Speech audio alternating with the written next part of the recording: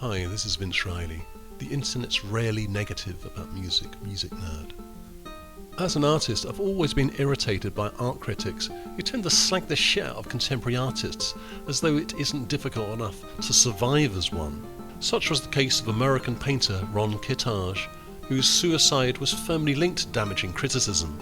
Therefore, as a music reviewer, I tend to talk about music I'm clearly enthusiastic about.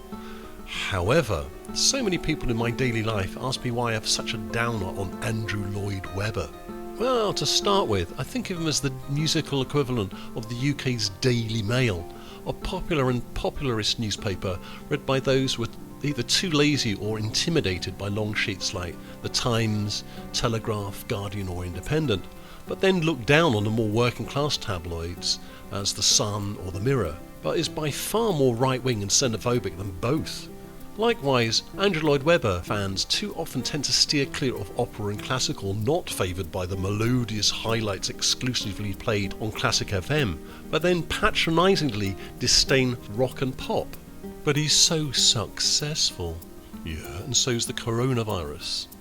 And popular, like Simon Cowell is popular, or here in Germany Dieter Bohlen. Clearly Lloyd Webber is technically a highly talented and accomplished musical writer, but I've never been able to identify with his reactionary, sentimental, middle-brow kitsch and done ever so well lower middle class audience. Take for example Cats. This was actually based on the old Possum's Book of Practical Cats by probably the most innovative and important English-speaking poet of the last century, T.S. Elliot. I'm convinced that this sacrilege eternally has Elliot spinning in his grave, and he would never have allowed it.